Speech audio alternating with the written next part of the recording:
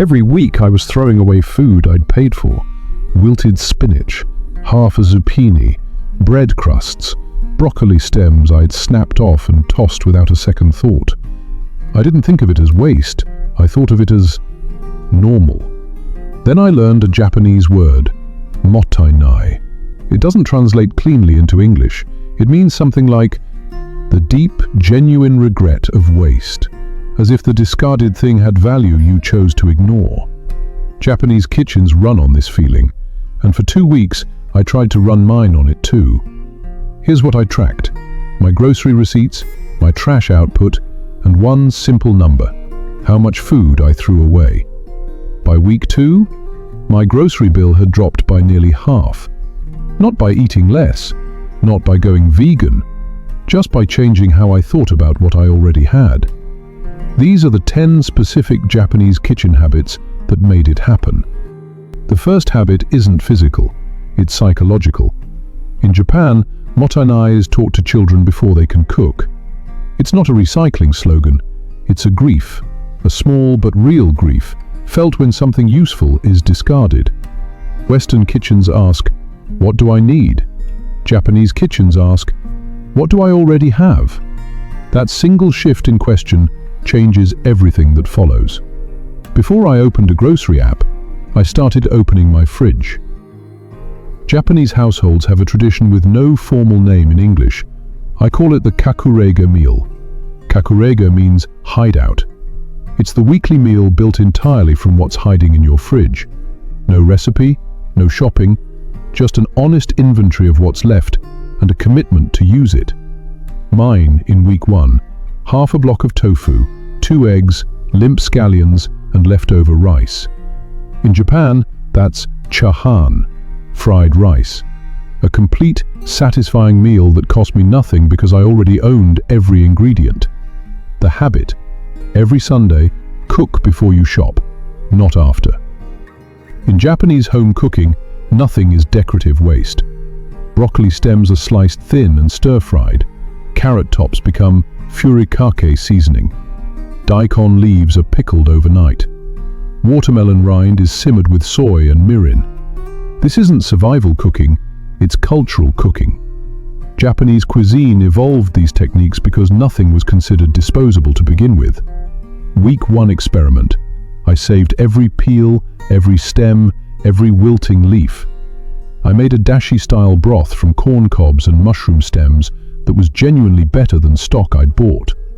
The habit: before you compost it, ask, "Can this be cooked?" Japanese meals are served in many small dishes, not one large plate. This isn't just aesthetic, it's waste prevention architecture.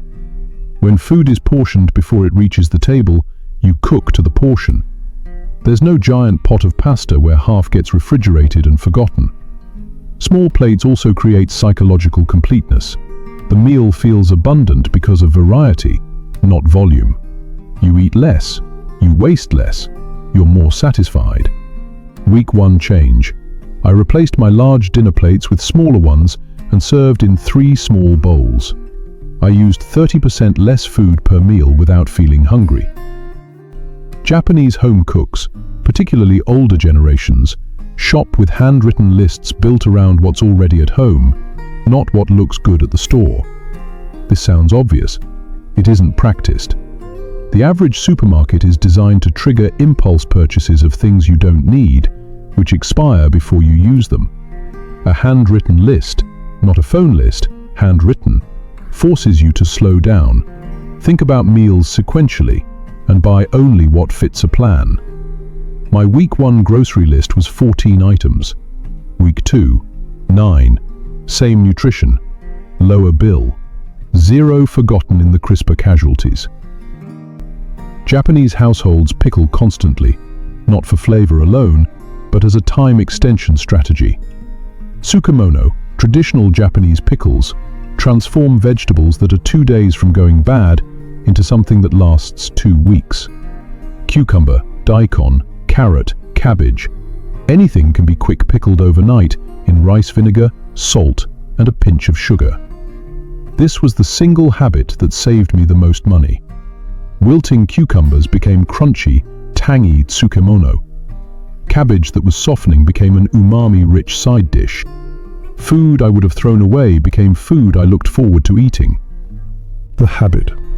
When something is fading, don't compost it, pickle it.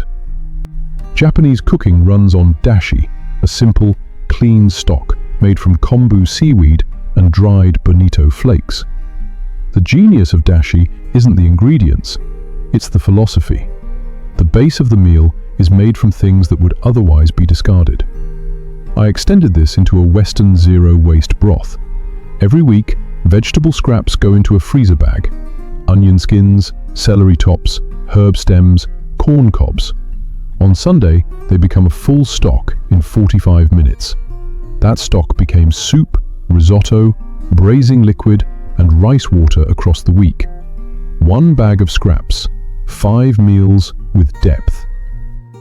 Japanese refrigerators are famously smaller than Western ones, often half the size. This isn't a limitation, it's a design constraint that prevents overbuying.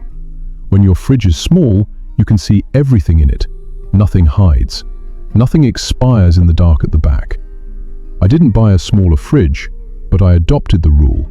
Nothing new comes in until something existing goes out. Every shopping trip began with a full fridge audit. If I couldn't see it and name it, it moved to the front. Result: food waste in week 2 dropped to almost zero. One small bag of scraps for the whole week. In Japan, cooking more than you need once is a feature, not a failure. Okawari, going back for seconds, is built into meal planning. Rice is always cooked in larger batches. Miso soup is made in quantity. But the difference from Western meal prep is intentionality. You're not making 5 identical containers of the same thing. You're making a base that transforms across the week.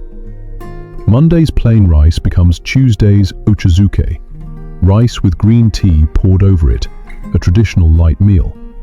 Wednesday's leftover salmon becomes Thursday's onigiri filling. Nothing is a leftover.